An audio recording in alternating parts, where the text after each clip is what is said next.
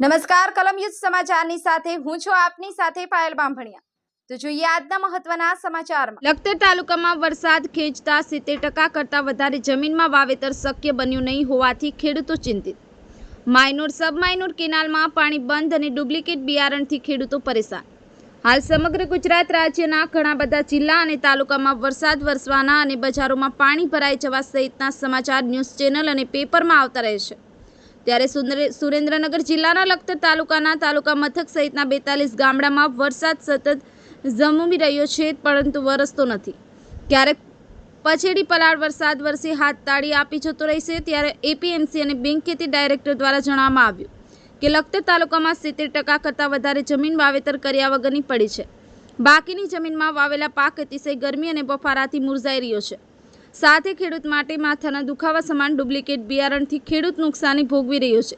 આવી ડુપ્લિકેટ બિયારણ વેચતી કંપનીઓ સામે યોગ્ય પગલાં ભરવામાં આવતા નહીં હોવાથી તેમની હિંમત વધી છે અને ડુપ્લિકેટ બિયારણ માર્કેટમાં ઠાલવી જાય છે। આથી ઉત્તમ ખેતી મધ્યમ વેપાર અને કનિષ્ઠ નોકરીની જગ્યાએ ઉત્તમ નોકરી મધ્યમ વેપાર અને કનિષ્ઠ ખેતી જેવો ઘાટ સર્જાયો છે। વિજય જોશી, કલમ યુદ્ધ સમાચાર।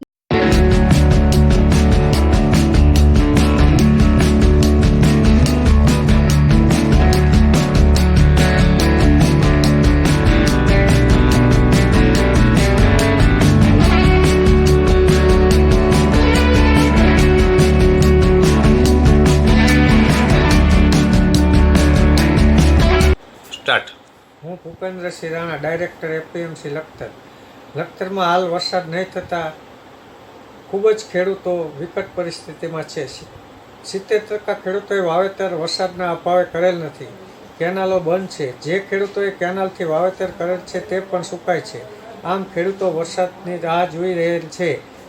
તેમજ બિયારણ પણ ડુપ્લિકેટ આવવાથી વાવેતર ઘણા ફેલ ગયા છે। આમ ડુપ્લિકેટ બિયારણથી ખેડૂતો ખર્ચના ખાડામાં ઉતરેલ છે। આમ આવા એગ્રો કંપની સામે કડક પગલાંની જરૂર છે।